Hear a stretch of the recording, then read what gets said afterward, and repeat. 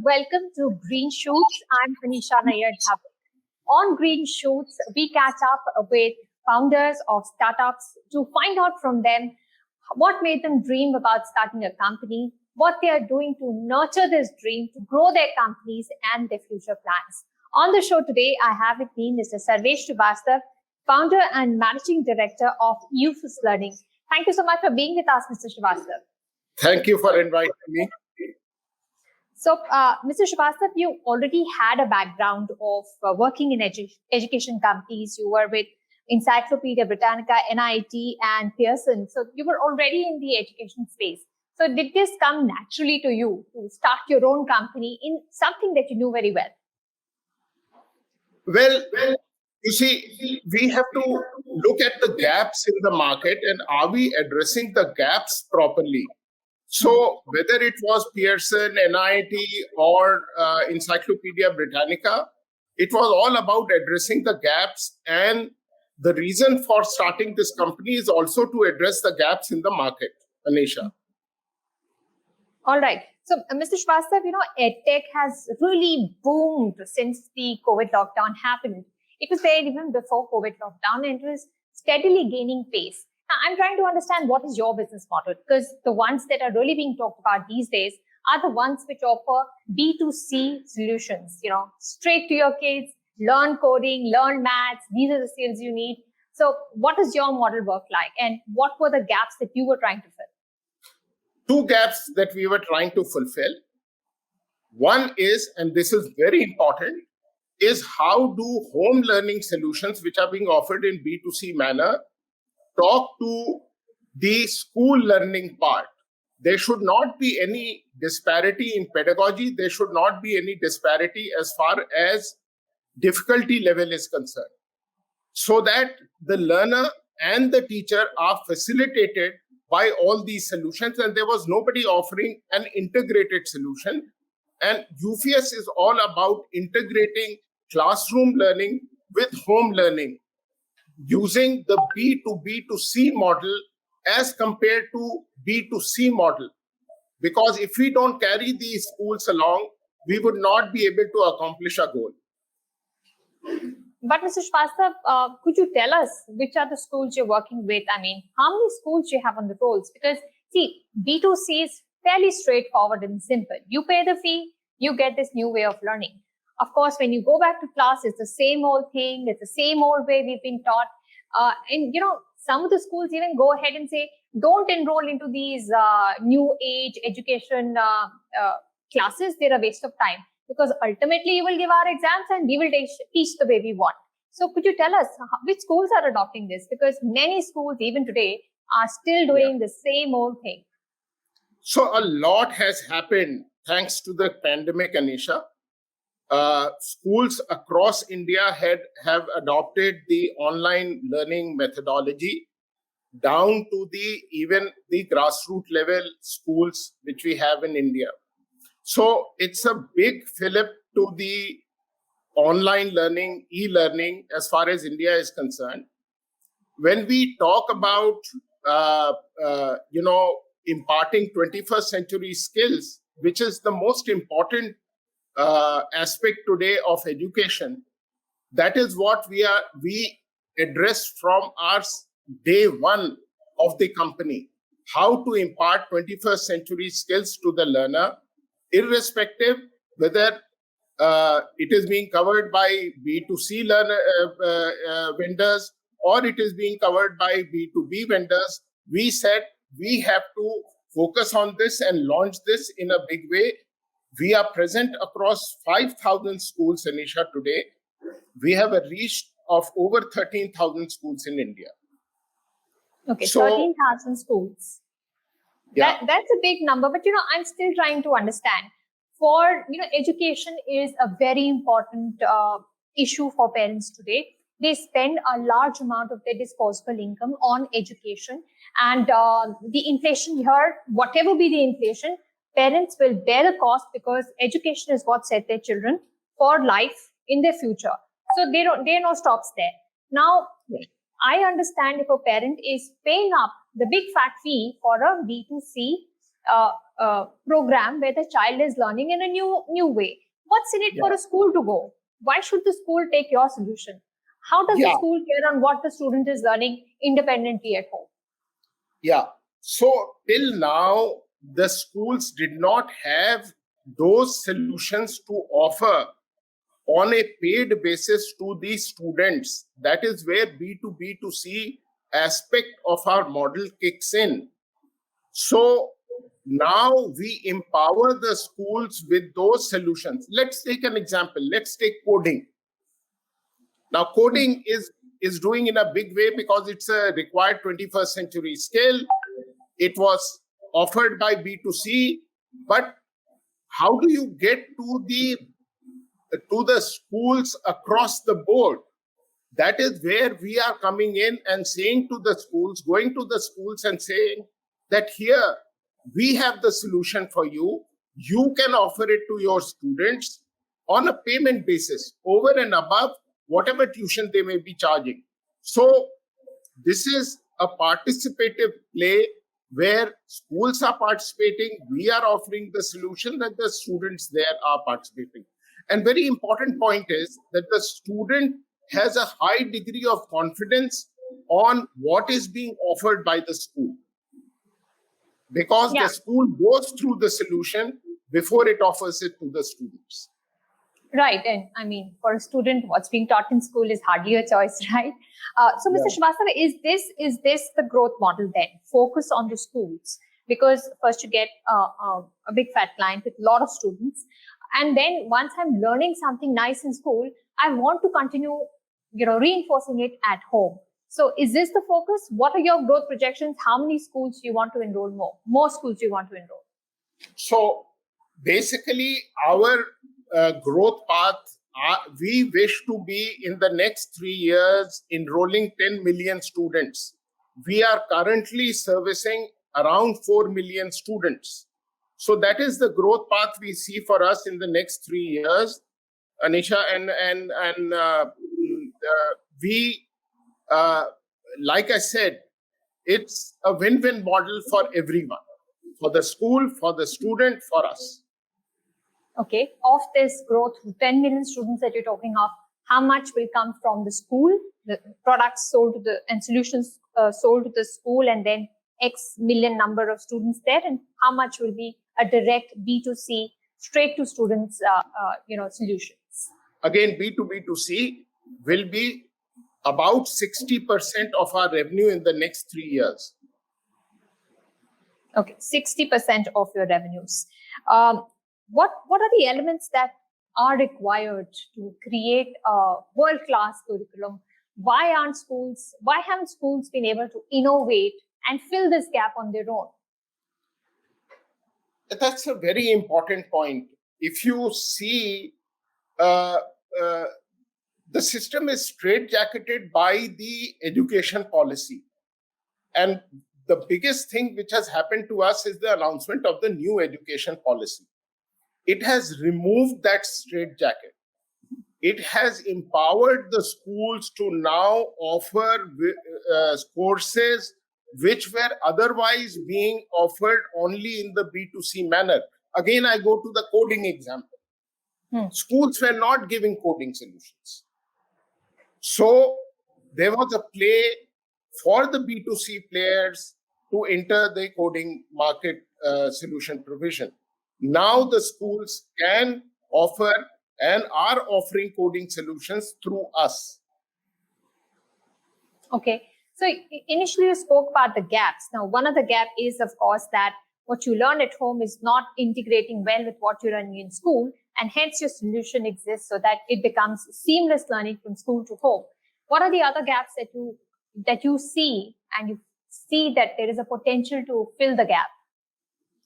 Yeah. So, like I said, there are various skill courses like entrepreneurship, coding, language skills, which are very important, which are not fully being covered and effectively covered because of the adoption of e-learning. we can do many things using e-learning tools today, which will really empower the student as well as the teacher to cover the four skills under the 21st century skills requirements. Right. So, but Mr. Srivastav, would this have happened if COVID didn't happen? Okay, students were slowly and steadily discovering new education platforms and new ways of learning. Even before the pandemic, they were doing it on their own as a B2C, solution. If the pandemic didn't happen, would this have happened? Would schools have looked to enrich their own teaching methods? So you are absolutely right. This pandemic has taught the teachers, the students to adopt online education like it happened in the fintech industry during demonetization. So there is no doubt about it that had not the pandemic occurred, we would not see the acceleration that we have seen in the online education adoption. But is this going to be the same when we revert to pre-pandemic days? We are hearing of schools opening up. If they're going back to their old ways, how many schools want to still innovate and offer something new? What we are getting from the ground through our sales network is very clearly the schools are now very actively looking at how to supplement the curriculum which was being taught in the good old way, how to supplement it with these e-learning modules. How do you, for example, give me a minute. It's about the 21st century skills which I was talking about. Critical thinking, creativity, collaboration, communication. If you look at these four elements, e-learning can do a lot which otherwise you can't do through a textbook. You can't do it in a classroom. Collaboration has to require a platform today. Communication skills can be imparted in a very effective way using the tools which are available today for this purpose. So that is where I'm coming from. Could you give me an example? Could you give me an example of critical learning? Are you offering solutions that then are played in class? Because if it's a physical class, will it be played within the classroom? How does this integrate with what students learn at home as well? Could you give me an example, say for critical thinking? Okay, let me give you, not for critical thinking, let me give you an example for communication, because that is very effective and it is very much required today. Let's talk about, can a teacher today ask each and every student in the classroom to recite a poem or a passage? Impossible. Similarly, can a teacher get into an interaction in the language with each and every student in the classroom? Impossible. Whereas we can do all this through a language lab. So the student attends the language lab in the classroom and then follows it up at home.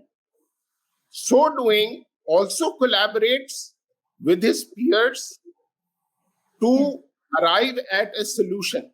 So those are where the e-learning tools can be very effective. And you think that this is something, this hybrid or online learning is something that will continue post this pandemic as well? Absolutely. Given the new education policy and its emphasis on digital learning, I think there is no turning back today. Okay. Yeah. Yes, please go ahead. Sorry. Yeah. So it is being adopted by schools as we speak. I'm not just talking about the A-grade schools in the country. I'm talking about the schools at the government level which are adopting this. So there is a big change which is happening. There is a paradigm shift which is happening. Right. You said you currently have 4 million students and you want to grow this to 10 million students. What does this do for your revenue growth projections and your profitability projections? Yeah. So we became profitable only in the second year of our doing business. We touch wood. And we expect to grow from currently over $10 million to a $100 million company. Okay, so that's 10x growth. I've also read that you have collaborated with a number of international players to offer, cutting-edge solutions. Are you looking at further acquisitions as well in this direction? How are you going to keep, improving on the solutions that you are providing to students or to schools? This is very interesting. When we began the company, we said we can't do everything ourselves. We cannot invent the wheel for everything, especially in the digital education side, where new solutions are coming out nearly every day, which are very effective. So we said we will collaborate, and you'll be glad to know that we already have 13 exclusive collaborations, which are focusing on various aspects such as language labs, such as coding. So our ethos is to collaborate with wherever we can. Otherwise, we will acquire. And acquisition is a big part of our strategy now. And so have you set aside a particular sum for acquisitions or for further collaborations? Would you elaborate Absolutely. We have set ourselves a target for acquisition. We have set aside a sum for that, for that purpose. And are you looking at raising further funds for the business? Absolutely. Fundraising and startup go hand in hand. You are always expanding. You are doing rapid growth. We did 89% CAGR growth in the first 4 years of our doing business. And we wish to keep the accelerator on. And if you wish to keep the accelerator on, you require funding. Right. And you encompass both the CBSE and the ICSE curriculum. So is the target geography going to be India only? So one of the interesting things is one of our investors is Al Rayyan Group, which is having schools across the Gulf region. And there's a large number of Indian schools in the Gulf region besides the local schools. Through this strategic investment, we are looking at growth in the Middle East market. All right. Mr. Srivastav, what is your advice for budding entrepreneurs? Over the last few years, we've seen a lot of growth come in EdTech, come in delivering apps, home deliveries, grocery deliveries, everything is moving online. Even cosmetics you can buy online these days. Even laundry you can buy online. So for budding entrepreneurs who are looking up to you, you've already had experience with education, you've taken it further. What's your advice to them? Do something you know or dive into something new? What's your advice? I think my sincere advice would be to strategically look at the market where they wish to enter. They should be passionate about it. That has to be there. And identify the gaps. If you are able to identify the gaps, then you should go ahead.